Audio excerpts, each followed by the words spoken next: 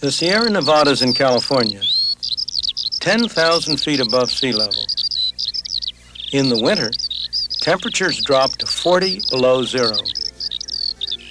In the summer, the place bakes in the thin mountain air.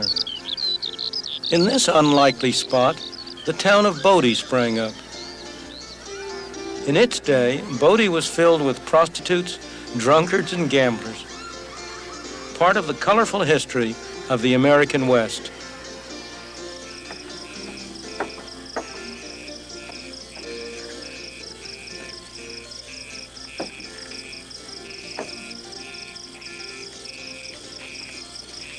A century ago, this was a town of 10,000 people. What brought them here? Gold. If this were real gold, people would be scrambling for it.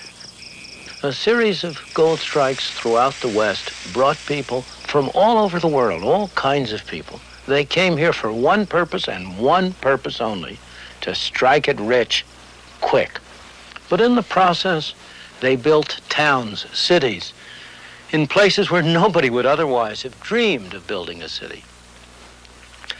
Gold built these cities, and when the gold was exhausted, the cities collapsed and became ghost towns. Many of the people who came here ended up the way they began, broke and unhappy, but a few struck it rich. For them, gold was real wealth, but was it for the world as a whole? People couldn't eat the gold, they couldn't wear the gold, they couldn't live in houses made of gold. Because there was more gold, they had to pay a little more gold to buy goods and services. The prices of things in terms of gold went up. At tremendous cost, at sacrifice of lives, people dug gold out of the bowels of the earth. What happened to that gold? Eventually, at long last, it was transported to distant places, only to be buried again under the ground. This time, in the vaults of banks throughout the world. There's hardly anything that hasn't been used for money. Rock salt in Ethiopia, brass rings in West Africa, cowrie shells in Uganda. Even a toy cannon, anything can be used as money. Crocodile money in Malaysia. Absurd, isn't it? That beleaguered minority of the population that still smokes may recognize this stuff as the raw material from which their cigarettes are made.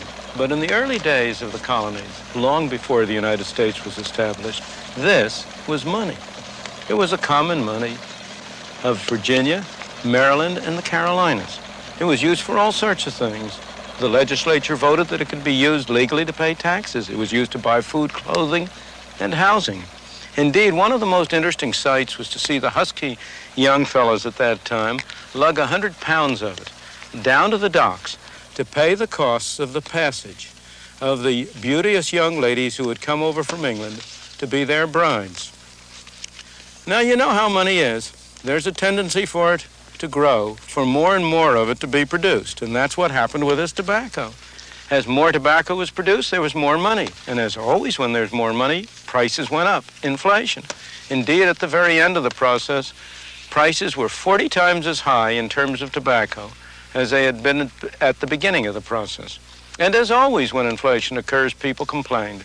And as always, the legislature tried to do something. And as always, to very little avail. They prohibited certain classes of people from growing tobacco. They tried to reduce the total amount of tobacco grown. They required people to destroy part of their tobacco, but it did no good. Finally, many people took it into their own hands, and they went around destroying other people's tobacco fields. That was too much. And they passed a law making it a capital offense, punishable by death, to destroy somebody else's tobacco.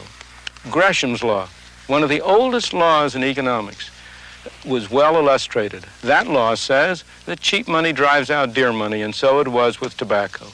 Anybody who had a debt to pay, of course, tried to pay it in the worst quality of tobacco he had. He saved the good tobacco to sell overseas for hard money. The result was that bad money drove out good money. Finally, almost a century after they had started using tobacco as money, they established warehouses in which tobacco was deposited in barrels certified by an inspector according to his views as to its quality and quantity. And they issued warehouse certificates, which people gave from one to another to pay for the bills that they accumulated. These pieces of green printed paper are today's counterparts of those tobacco certificates, except that they bear no relation to any commodity.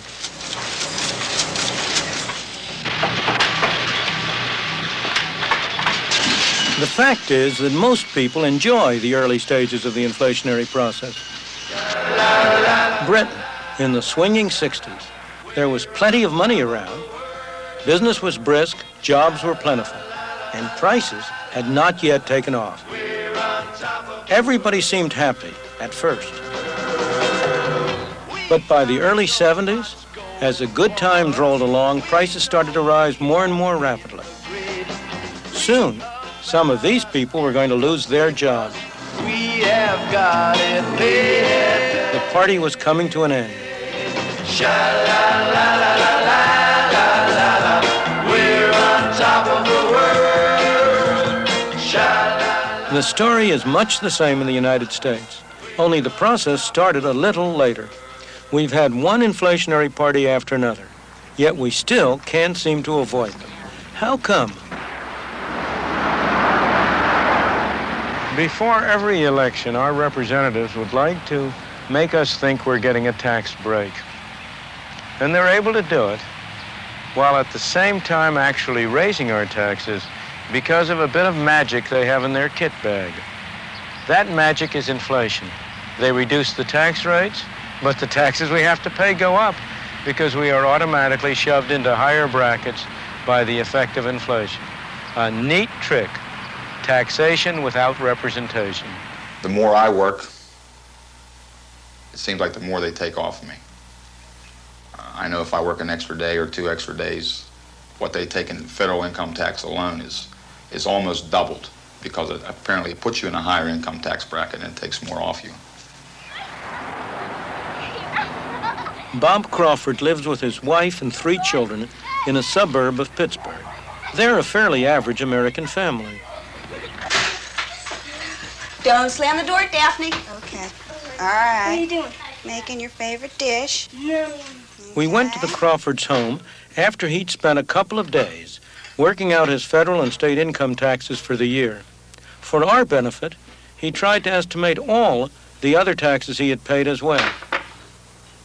In the end, though, he didn't discover much that will surprise anybody. Inflation is going up. Everything's getting more expensive.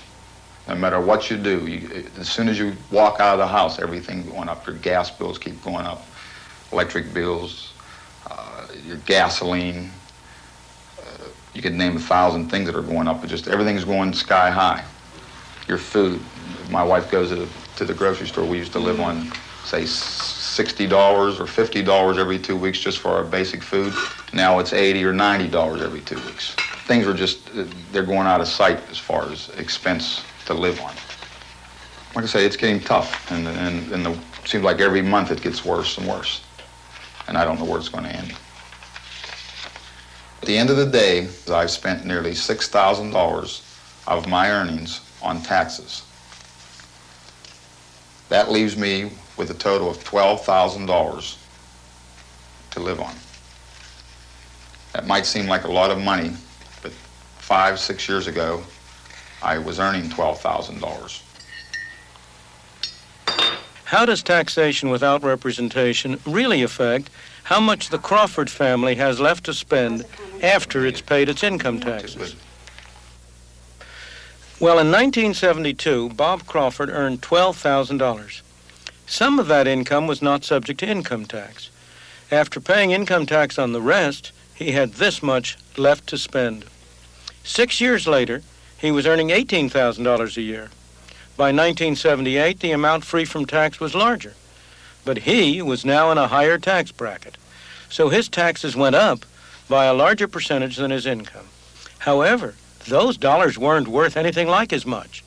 Even his wages, let alone his income after taxes, hadn't kept up with inflation. His buying power was lower than before. That is taxation without representation in practice. We had a number of you brothers that are sitting here today that were with us on that committee, and I'd like to tell you one of the things... There are many traditional scapegoats blamed for inflation. How often have you heard inflation blamed on labor unions for pushing up wages?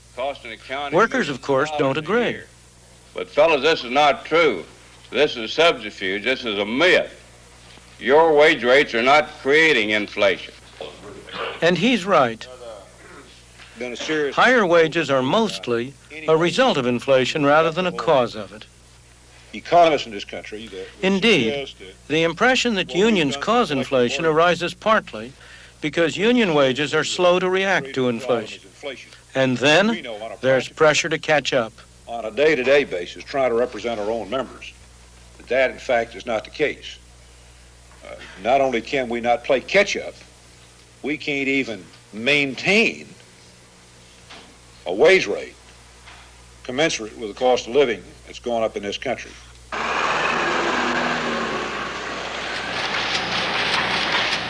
The reason we have inflation in the United States, or for that matter anywhere in the world, is because these pieces of paper and the accompanying book entry, or their counterparts in other nations, are growing more rapidly than the quantity of goods and services produced.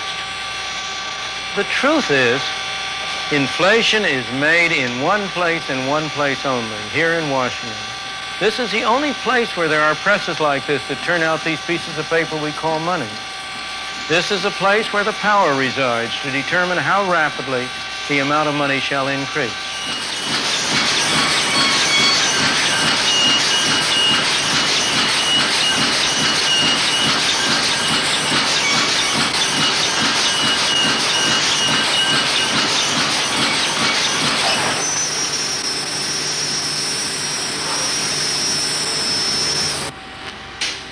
What happened to all that noise?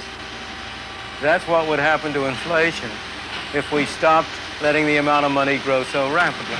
This is not a new idea. It's not a new cure. It's not a new problem. It's happened over and over again in history.